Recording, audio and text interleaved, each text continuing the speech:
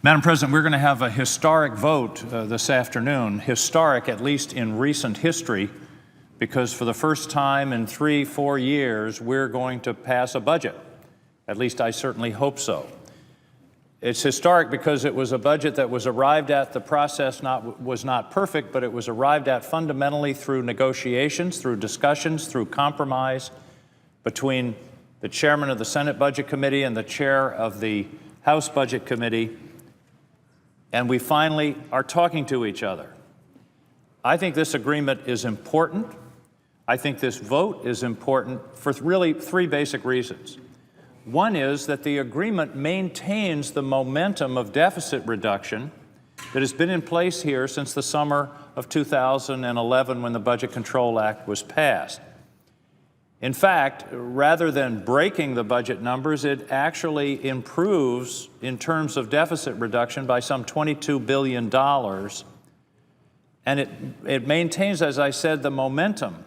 One of the points that's been lost in the discussion about the budget and the budget deficit is that the federal budget deficit has fallen faster in the last 2.5, 3 years than at any time in the past 40 or 50 years.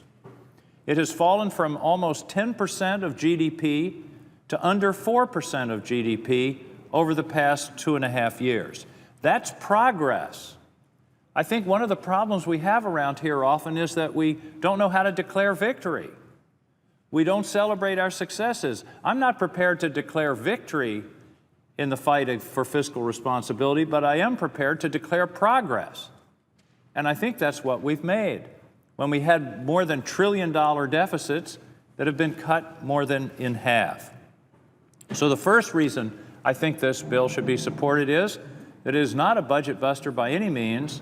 It is instead a continuation of the momentum toward rational fiscal policies that we have been on, and I think it's something that we should continue. Number two, this budget bill, will finally get us out of the business of governing by crisis, of lurching from crisis and threats of shutdown and continuing resolutions, year to year, month to month, quarter to quarter. It will provide some certainty to the Congress, to the government, and to the country about what the budget numbers are going to be. I think it's important that people realize exactly what it is we're voting on today. Essentially, it's one number. It's what's called a top-line number. This is not the budget that embodies all the detailed decisions about where those dollars go. Those decisions will be made by the two appropriations committees of the two houses between now and the middle of January.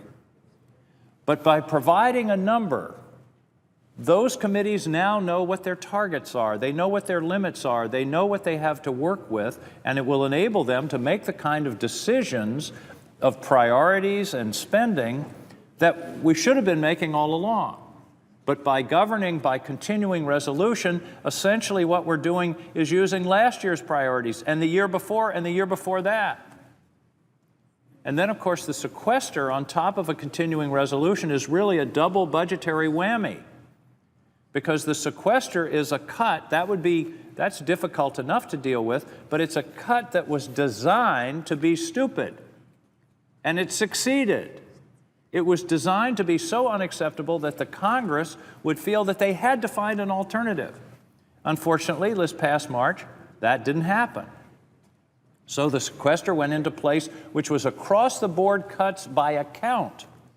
So within the military, within the Pentagon, within the Navy, within the FAA, within the Department of Transportation, each account had to be cut. Some accounts probably could use some cutting, and other accounts desperately needed the funding that was made available. So this bill relieves that irrationality of the sequester while maintaining the sequester's downward pressure on spending. And finally, and I think most importantly, what this bill that we'll be voting on this afternoon will do is demonstrate to the country that we can do our job. I was talking to people in Maine yesterday, and they said, well, why should you be puffing up your chest and pounding your chest about just doing what you ought to be doing all along? And I couldn't really argue with that, except that we haven't been doing it. We haven't been doing our job. And the fact that we're now at least inching toward doing it in the manner that we're supposed to is progress. at least as progress in recent history. And I think that's one of the most important parts of this bill, and I think that's the signal that it sends to the country that we can, in fact, talk to each other. We can, in fact, compromise. We can, in fact, make arrangements, financial and fiscal arrangements around here that make sense, that are rational, that are prioritized, and we can do our jobs. When I was in Maine last weekend, the most common comment that I got was, why can't those people down there talk to each other? Why can't they work things out? We do that in our town meetings, we do that in our businesses, we do that in our families. Why can't they? Well, in this case, they have. It wasn't a perfect process, but at least it involved bipartisan, bicameral negotiation that gets us to the point where we have a budget that we can vote on today. Do I like it? I don't like every piece of it. I don't like the pension hit that the senator from Texas just described. That wouldn't have been in my proposal. In fact, I made a proposal at the budget conference that was quite different from this one. It wasn't accepted. That's how this place works. My favorite philosopher, Mick Jagger, said you can't always get what you want. But if you try sometimes, you just might find you get what you need. And what we need right now is a budget. Is something that we can work from that gives us some certainty, and I believe that we can fix this pension program. In fact, I've joined with Senator Shaheen of New Hampshire on a bill that would replace the cuts to the military pension with some dealing with some offshore tax benefits that I think is a much more sensible way to fill that $6 billion gap. And we can do that because the pension proposal doesn't take effect for 2 years, till December of 2015. So we can fix that, but we've got to get this budget passed now. Why can't they talk? They have talked, and I think that's important. Now I want to turn to a slightly different topic, but it is related to the budget. In 1997, the Congress passed something called the Sustainable Growth Rate, which was designed to control reimbursement rate for physicians and providers under Medicare.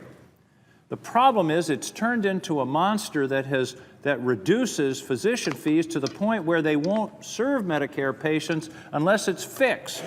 And each year, since 2002, we have fixed it year by year, but it's always temporary. It's always a patch. In fact, it's gotten its own name in the lexicon of Washington, the doc fix. And it's something that we have to do. Everybody knows we have to do. But why not fix it for good? The Congressional Budget Office tells us if we fixed it once and for all, it would cost $116 billion over the next 10 years. Now that sounds like a big number, but it happens that there's a place we can go to get that money that I think fits with it very well. In 1990, under President George H.W. Bush, the Medicaid drug program was created, and because the government was buying drugs under Medicaid in very large quantities, they sought a volume discount from the pharmaceutical companies. Perfectly rational. Any of us ask for a volume discount if we're buying in large quantities, and indeed, Medicaid-eligible beneficiaries had discounts or rebates on their drugs from 1990 to 2006. In 2006, Part D of Medicare was passed, which provided a drug benefit to Medicare recipients. But one of the wackiest parts of that bill said that the government can no longer negotiate for volume discounts. Now, I hear a lot of discussion around here about private enterprise and business, and we should run the government like a business. No rational business would buy any product, cars, gasoline, drugs, or anything else in enormous quantities and not seek and gain from the sellers some kind of volume discount. Senator Rockefeller has introduced S-740, which essentially says let's return Medicaid beneficiaries, not all Medicare beneficiaries, but Medicaid recipients to the status of prior to 2006, where they will get applied to their drug purchases, or the government actually gets, the same kind of rebates that they got for the 16 years from 1990 to 2006. What will this produce? $140 billion over the next 10 years. It will not cut expenses to recipients. It will only save the government money.